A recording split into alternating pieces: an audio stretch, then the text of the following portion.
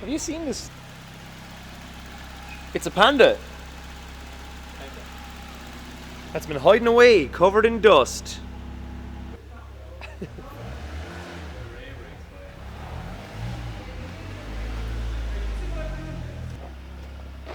It's so dusty.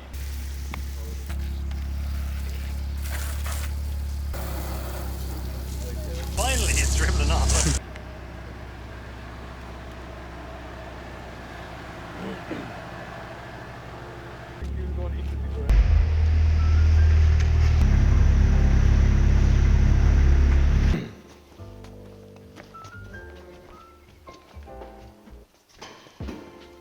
Oh, hey, are we on? Right, lads. Yeah, we've hit 50,000 subscribers on the YouTube channel. Never really thought that'd happen. I figured it'd be pretty interesting for this episode to maybe let you know why I like AE86s, why I'm restoring one. Maybe some of you might have been interested. Maybe you're not interested, but I'm just going to tell you anyway. Well, Ireland we're pretty obsessed with the A86, but obviously it had an impact on me growing up because I eventually acquired one. Why does Ireland like the A86? Blah, blah. Corollars are huge in Ireland because of rallying. People here fucking love them. They love doing rings, crossroads, red over black, all to the back. If the crossroads are empty, give her plenty. So basically, Ireland has a fucking ridiculous love affair with the A86, and obviously it rubbed off on me because Waterford, where we're from, was pretty notorious for having quite a few Corollas back in the day. Twin cams, as we said, that's what we call them. The reason why we call them twin cams in Ireland is because they have a twin cam engine. So sometimes you might hear us referring to these as twin cams. That's just the nickname that the A86 has in Ireland. So lads like to say that, and they put it on the door. Twin cam, lad. She's some yo. First time I ever seen a twin cam was basically these brothers. They're called the Coyne brothers. They had 3 twin cams and they used to roll through Waterford. One was fucking super bright blue. One was pink, called the Pink Panther. It's quite a famous car. And there was a pearlescent one. And these guys used to be going around terrorised, just doing all sorts of antics, and they were quite notorious just being a young car enthusiast. I just love the idea of this like angry little small weird car that looked like a fucking wedge, just a peculiar looking machine. These guys used to roll around for years and all sorts of shit. You'd hear stories of them at cruises and stuff.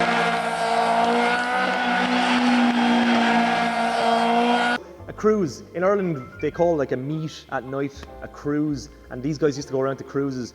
And basically the A86 or the twin cam was just notorious for always being in the center of attention. It was just the car that would always just mess. Donuts, rings, lad, fucking smoking tires, doing all sorts of stupid shit. And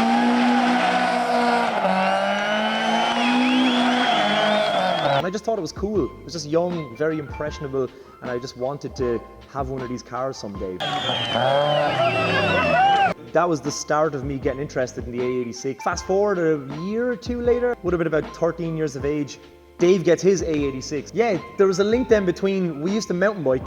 We used to look up to these guys in town. They used to be the older guys, they used to mountain bike, and we thought they were really cool. And then they got into cars, but they got into 86s. And one of them was Dave, who's actually in the shed. You've seen him, he's got his dogs. So Dave got this silver Levin, and it was fucking pretty cool. It was just this Japanese import. It was just stripped out, had a fucking roll cage, and it was just this aggressive car, mismatched wheels. It was basically just a bit of a track car in Japan. Dave brought me for a spin in his 86, and it was just this rattly fucking, it was my first time actually ever in one. And I was just 13 years of age and I was just hooked. It's a bit weird probably these days if you brought somebody for a spin, probably wouldn't fly. Things have changed. Now we have pedophiles on the streets and... So a lot of people are wondering why Ireland has so many good Japanese cars. Basically the import laws were pretty relaxed back then, so the floodgates opened and then just a wave of cars just started showing up. So on the boat came a whole bunch of A86s, and Dave's car showed up, and Butsy Butler, some of you guys may know who he is, but there was a whole other wave of people in our city that had A86s. You just see these lads rolling through town, and it was just incredibly infectious. They were just these angry little cars. They were at all these meets and they were fucking doing all sorts of stuff, and it was just, you'd hear these stories. So Butsy and them used to do these demos then at car shows, and Dave basically just went off. and started just doing shit on the streets.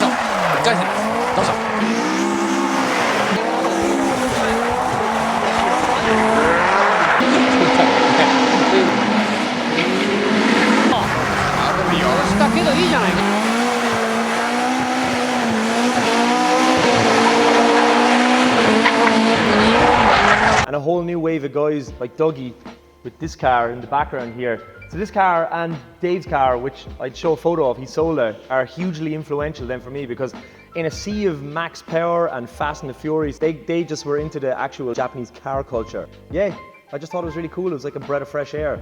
This car here, look at it, it's nice. It's got black stuff on it. It's a Panda. The guys were just fucking mad into how the cars were supposed to look, and everyone else was just into body kits and fucking sound systems and neon. But yeah, it just left a huge impact. So I just like the love for the car grew even further. I just wanted to know more. Dave used to go drifting every weekend at fucking Rose Green, and then during the week he'd drive his car to work and he'd have all his tools in it and shit. And I just thought that was pretty funny. So I'm not painting my car Panda because Brian's car has been Panda since day one. It's a genuine Panda car, and he's already done the initial D thing back in 2005. So it was a long time ago. So the guys had their cars since like 2003, 2004, and then they inspired a whole other generation. Clancy and fucking Spellman and Johnny Ronan and all these other guys. So literally where we're from is just fucking dripping with Corollas. They're everywhere. Twin cams, Toyotas, mental.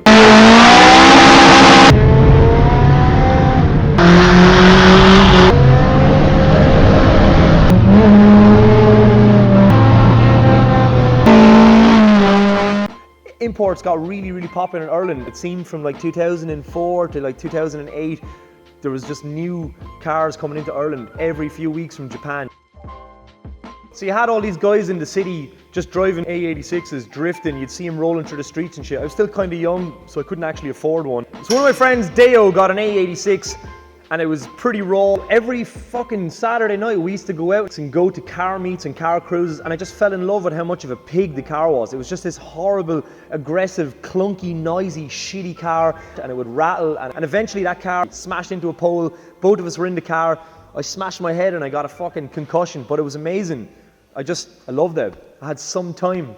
We crashed into a pole backwards one night when we were out drifting and completely made shit of it. And after that then, it's just like, I had like a fairly, not a near-death experience, but it was a pretty sketchy experience. So like this car had just become like, just a deep ingrained thing in my life. Wow.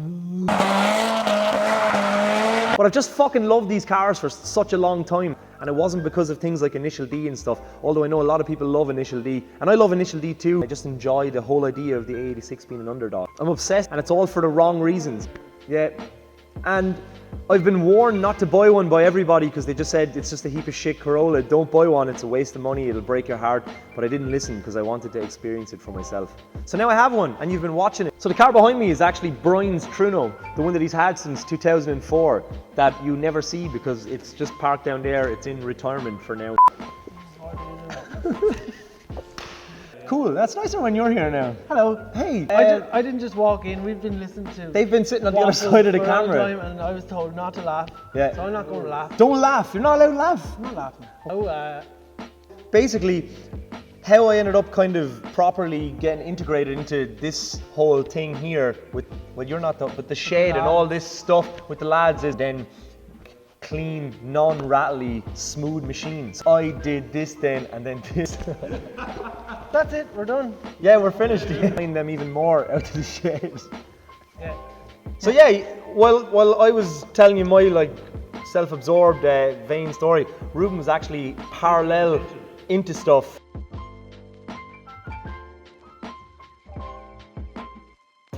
I'm from Ireland, and my name's Ruben. Where were we? Oh, we were in the shed. We didn't go anywhere. Okay, so people want to know what's the shed. What is this? Yeah, the shed is like a name that we started calling it the shed because we actually were renting a shed. Yeah, you were in a farm shed. They don't call them sheds in America though. They call them shop. Whatever you call it. We call garage. They weren't garages. Yeah, it's an industrial unit, a shed. Yeah, but like, we call it a shed now, and a lot of people around Ireland are doing similar things like nowadays. I would think that you guys are like probably the first to do the communal. godfather of shed. I would say Well, you're some of definitely the... when Speed Hunters featured the last unit, Yeah. we called it the shed, and the feature was called the shed, Yeah. like on Speed Hunters. Yeah. I think other people do call it a shed now, but originally we were in a shed, so that's Yeah. why we called it the shed. Basically, it was like this fucking farm building pretty much in a field about 15 miles away from here. There was a Nissan shed and there was a Toyota shed. So Ruben was in the Nissan shed, and then Dougie and Dave and Jerry and all these guys were in the other shed. And then eventually then things popped up where they got an opportunity to get one of these huge fucking units. The recession came, the lovely recession, and this massive business park called Location X was freshly built, and it had these huge units. Yeah, and we were renting an 8,000 square foot industrial unit for €800 a month, Yeah. which is really cheap. Yeah, for like $1,000. US dollars. So the guys got really lucky. Basically, they found 100 yen. It was fucking crazy. There was an indoor cinema. There was a Red Bull wall. There was a shop. But this shit's been happening forever. Like, before we even started making the vlogs, we probably should have done it a lot sooner, but like all the stupidity has been happening forever. I'll just cut to a montage of quick stupidity.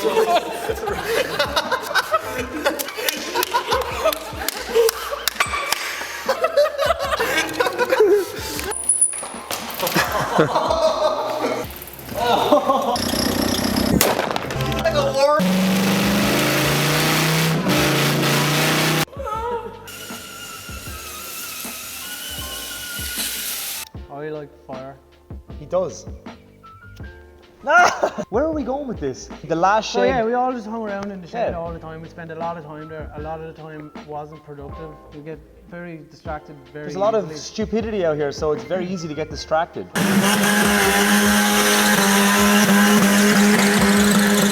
And it's been a very unique situation because obviously. The shed we never meant to create like what eventually like ended up on Speed Hunters or anything. It never meant to be anything. It just ended up as that with like a good group of friends, and then lads, and then like loads of lads. Yeah. And then there was less lads, and then more lads. The shed just keeps on being the shed.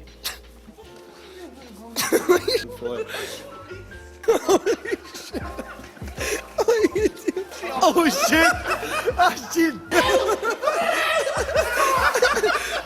Because we love each other. We love each other. Don't.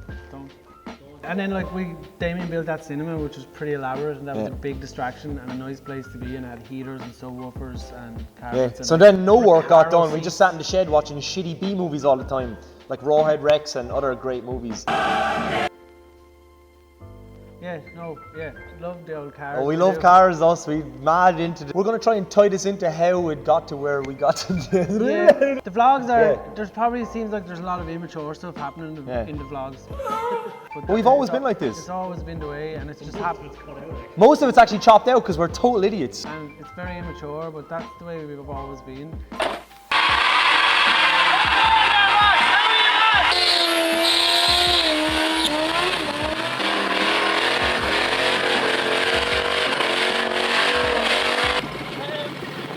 And now we're like 20 or okay, I'm 34, but 20-ish. I'm 30 in 4 days.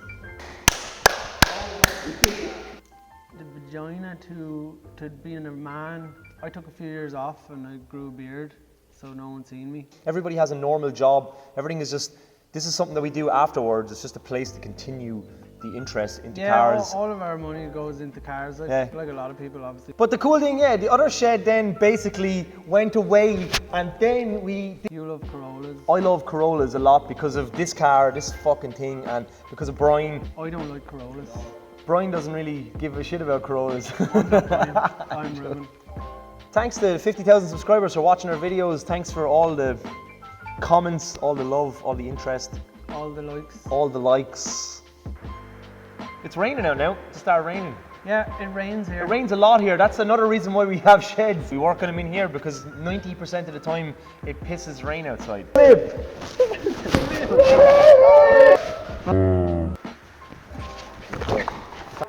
See you the next time.